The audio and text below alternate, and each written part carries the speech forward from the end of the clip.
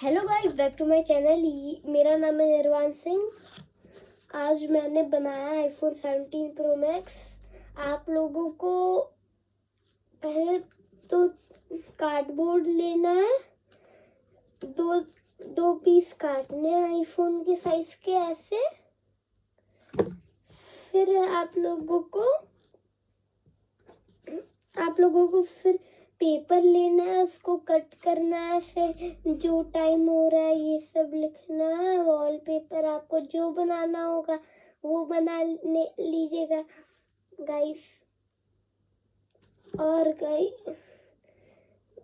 Guys फिर इसको जो कलर करना होगा आप कर लीजिएगा। मैंने ऑरेंज किया है और एक ब्लू किया है। ये आप सामने से भी देख लीजिए गाइस। मैंने टाइम लिखा है, ये सब लिखा है गाइस। Bye guys.